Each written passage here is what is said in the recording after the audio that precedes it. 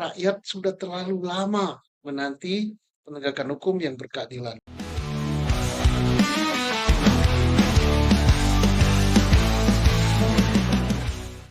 Pak Suslo, presiden kita kan baru nih ya Pak ya, baru beberapa hari yang Iya, lalu dilantik. baru sekali rapat kabinet. Betul. Lalu pada saat pelantikan itu kan Pak Prabowo menyebutkan bahwa hukum yang berkeadilan tetap harus ditegakkan, gitu ya Pak. Kalau Iya, kita kaitkan dengan kasus yang cukup ramai lah kemarin ini Pak, kasusnya Vina dan Eki Cirebon itu bagaimana menurut Bapak? saya menanggapi pidato presiden, kebetulan saya dengar ya pidatonya. Bagus ya, bagus, saya nyambut gembira, senang, tapi senang penuh harap ya. Mengapa saya katakan senang penuh harap? Karena Presiden SBY juga begitu pidatonya. Bahkan dia akan menjadi panglima terdepan menegak memberantas korupsi. Pak Jokowi juga begitu, akan memberantas korupsi, akan menegakkan hukum gitu ya. Ya. Megawati juga gitu. Kita lihat Pak Prabowo juga gitu. Tapi persoalannya apakah ini hanya slogan atau serius gitu. Semoga Pak Prabowo beda dengan yang lain. Betul-betul dia akan mengawasi penegakan hukum yang berkeadilan. Karena rakyat sudah terlalu lama menanti penegakan hukum yang berkeadilan. Berapa kali ganti pemerintah, gitu-gitu aja. Bahkan ada apa itu yang anekdot yang berlaku di masyarakat ya. Hukum itu hanya untuk orang kecil, tajam ke bawah, tumpul ke atas. Nah, kemudian ada lagi anekdot yang dikatakan oleh Pak mantan Menko Polhukam Mahfud MD bahwa seolah-olah itu bisa direkayasa. Kan pernah ada Mahfud mengatakan, apa sulitnya menghukum seseorang? Kira-kira begitu intinya. Ya. Manakala penyidik, penuntut, hakim, tambah pengacara udah bersepakat, ya jadilah itu barang katanya. Orang tidak bersalah pun bisa dihukum gitu. Nah, ini yang menyedihkan. Nah, tapi kalau kita amati Pak, penegak hukum yang sekarang aparat hukum ya Pak, yang sekarang, Ya, ada di dalam jajaran itu kan masih beberapa masih orang-orang lama atau ya figur lama, jabatan baru, begitu gimana Pak? ya kalau kita lihat figur-figurnya, karena tidak mungkin presiden itu akan menegakkan hukum sendiri. Ya, Nangkap maling, nangkap koruptor, diperiksa. Tidak. Presiden hanya membuat guideline, penekanan, perintah. Hukum harus ditegakkan. Pendek itu kan. ya, Nah, tergantung panglima-panglimanya. Siapa yang barisan terdepan? Kapolri dan jajaran. ya. Kejaksaan Agung dan jajaran. KPK dan jajaran.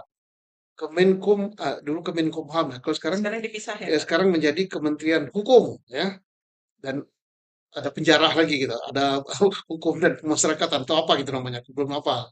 Dan ada lagi Menko Kumham, itu kan pasukannya. Ya, Tapi yang lebih penting lagi, yang tangan pertama itu adalah penyidik, yaitu Kapolri dan jajaran, Jaksa Agung dan jajaran, KPK dan jajaran. Karena dialah yang pertama nangkap, memeriksa, diawali dengan penyelidikan, dan dialah harus menegakkan hukum yang berkeadilan. Kita lihat apakah masih lagu lama apa tidak? Kenapa? Kapolrinya masih Kapolri yang lama. Kita ya, tahu prestasi Kapolri yang lama itu udah 3 tahun atau 4 tahun dia jabat. Kemudian kita tahu juga kejaksaan yang naik jadi jaksa agung sekarang adalah Pak ST Burhanuddin ya. Jaksa agung yang lama sebelum yang sekarang. mhm, Nah, kita lihat prestasinya. Apakah akan seperti dulu atau lebih lagi? Mudah-mudahan lebih. Kita lihat KPK. KPK ini adalah KPK yang sekarang ada. Karena tidak mungkin presiden akan nangkap koruptor apa-apa, tidak. Kalau yang ini orang-orang yang melempem, ya melempem juga. Jadi sangat tergantung kepada barisannya terdepan. Presiden sudah begitu. Nah sekarang kita harapkan dari presiden apa? Presiden berani mengambil tindakan. Kalau dinilai prajurit terdepannya ini, Kapolri, Jaksa Agung, Menteri Hukum dan apa itu ya, ini melempem, Jaksa Agungnya lempat dan semua, ya copot dong. Itu hak prerogatif presiden kok. Jadi artinya Kecuali KPK ya. kita boleh berharap seberapa jauh Pak terhadap figur-figur Dia ini? berharap dan berdoa serta menyuarakan. Jadi jangan berhenti bersuara masyarakat melalui media sosial, melalui saluran yang ada. Dan juga kita berharap wakil kita di DPR, di Ya, khususnya Komisi 3. Komisi 3 jangan melempem, Anda itu wakil rakyat. Kalau menilai misalnya penegakan hukum tidak ada apa-apanya, ya bersuara. Kita lihat kemarin, kasus Vina dan Eki. Rakyat heboh sampai hampir 6 bulan gitu kan, tiap hari di TV. Kemudian tak ada tanggapan dari DPR. Dengar pendapat juga nggak disinggung itu, melempem aja. Padahal itu wakil rakyat. Ya berhak kita protes kan. Presiden bahkan nggak ada tanggapan. Jubir kepresidenan juga nggak nanggapi. Saya nggak tahu apakah karena itu menyangkut rakyat kecil, menyangkut nasib buruh bangunan, sehingga tidak ditanggapi. Padahal hak setiap warga negara untuk mendapatkan keadilan dan kebenaran itu sama. Mendapatkan perlindungan hukum itu sama. Entah dia menteri, entah dia itu pejabat tinggi, sama. Tapi kok diam-diam saja. Mudah-mudahan di bawah Presiden Prabowo, perhatian kepada rakyat kecil, khususnya dalam mendapatkan kebenaran dan keadilan ini lebih besar.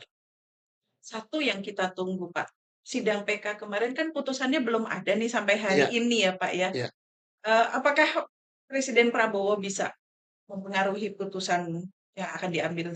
Ya, memang eksekutif dengan yudikatif terpisah. Yudikatif bebas, tidak boleh dicampuri. Ya. Tetapi tidak salah Pak Prabowo bersuara. Bersuara, tapi tidak mencampuri ya. Saya harap supaya rakyat segera mendapatkan keadilan bahwa putusan dari PK dari 8 terdakwa perkara Pina dan Iki Cirebon segera dikeluarkan untuk kepastian hukum. Kenapa begitu? Karena kita belum begitu terlalu percaya dengan jajaran kehakiman kita. Apalagi kemarin, 3 hakim ditangkap kan? Iya, OTT. Ditangkap OTT karena korupsi. Dan ternyata 3 hakim itu oleh KY sudah diusulkan untuk dipecat. Tapi masih di kantor, nggak dipecat. Ini menyedihkan kita lihat kan. KY sudah memutuskan mereka dipecat dengan tidak hormat atau gimana ya, tapi menerima gaji gitu kalau nggak salah. Aku nggak tahu putusannya. Tapi Mahkamah Agungnya belum memecat, masih melindungi. Ada apa ya? Ada apa? Lah, atau karena gaji barunya belum turun gitu kan? Kan terima gaji. Mereka kan mogok ngadap DPR, minta Ya, gaji naik. ya. Nah, hakim-hakim kayak gitu minta gaji naik. Jadi belum dipecat karena nunggu gajinya belum naik kali ya. Mudah-mudahan bukan karena itu.